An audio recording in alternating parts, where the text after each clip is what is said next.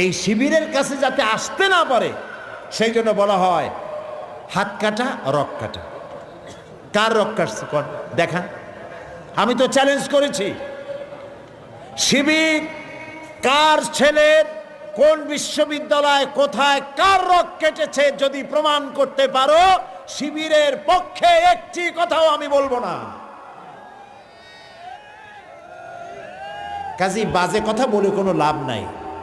এই সব কথা বলে ইসলামী আন্দোলনকে ঠেকানো যাবে না। ঠেকানো যাবে যাবে না। যতই এই যে 15 দল 20 দল 22 দল একসাথে হচ্ছে না ভাই, বড় বড় এক একটা শূন্য, 0 + 0 + 0 + 0 from Khulna to Dhaka equal to কত?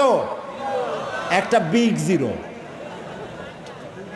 এই সব বামেদের নেতারা, যত নেতা আছে, আমি চ্যালেঞ্জ করলাম, নিজের জন্মভূমিতেও যদি দাঁড়ায় 100% জামানত বাজেয়াপ্ত হবে, একটাও পার্লামেন্টের সদস্য হতে পারবে না।